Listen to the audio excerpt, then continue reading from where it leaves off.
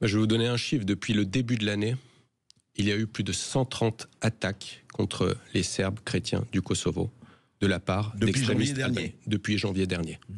14% de la population serbe du Nord Kosovo, qui est une zone attachée, qui est accolée à la Serbie centrale, 14% des familles ont fui sur ces 2 dernières années depuis que le soi-disant Premier ministre du Kosovo, Albin Kurti, a pris le pouvoir.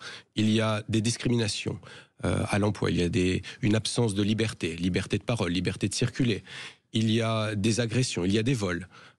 Et tout cela, ce n'est pas la Serbie qui le dit, c'est le rapport de l'ONU qui a été présenté dernièrement sur le rapport de l'UNNIC, donc qui est la mission de l'ONU au Kosovo, et qui fait état de toutes ces choses. Et cela se passe en Europe.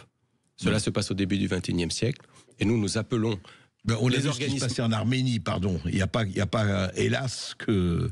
Bien sûr, sauf que le Kosovo est une création occidentale. Donc il y a une responsabilité encore plus grande. Ceux qui bombardaient en 1999 au nom des idées humanitaires et pour arrêter un soi-disant nettoyage ethnique qui en réalité n'a pas eu lieu au Kosovo. Parce qu'on a accusé la Serbie de nettoyage ethnique. Bien sûr, il y a eu une propagande terrible. C'était des journaux comme Libération ou Le Monde parlaient de 100 000 à 500 000 victimes albanaises. Ouais. La réalité, c'est que à la fin du conflit, toutes nationalités confondues, c'est-à-dire Serbes, Albanais, Roms, Ashkali, Gorani, il y a eu environ 10 000 victimes, ce qui est énorme.